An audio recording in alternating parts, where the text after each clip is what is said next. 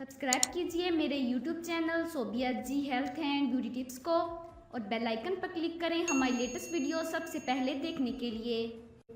मारवी मेमन को press conference करने और मज़ीद ट्वीट से रोकने के लिए शरीफ ख़ानदान ने सिंध की अहम तरीन शख्सियत को टास्क दे दिया।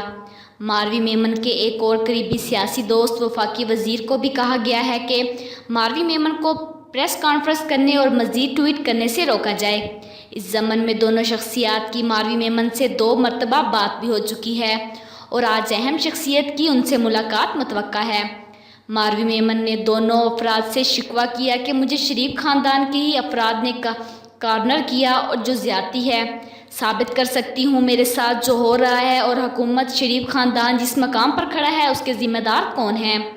इधर जिन अहम अफराद को टास्क दिया गया उनको भी यही कहा गया कि वो मारवी से कोई वादा ना करें। मारवी मेमन को वक्ती तौर पर खामोश कराया जाएगा और इलेक्शन में पार्टी टिकट नहीं दिया जाएगा।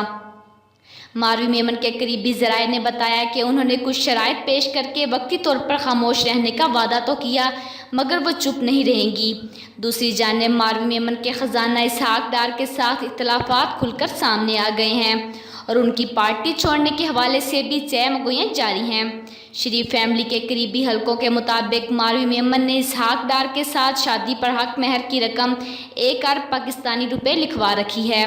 पंजाब काबीना के रुकन ने अपना नाम जाहिर न करने की शर्त पर बताया कि मारवी मेमन और इसहाक डार के दरमियान तनाव में इजाफा हुआ।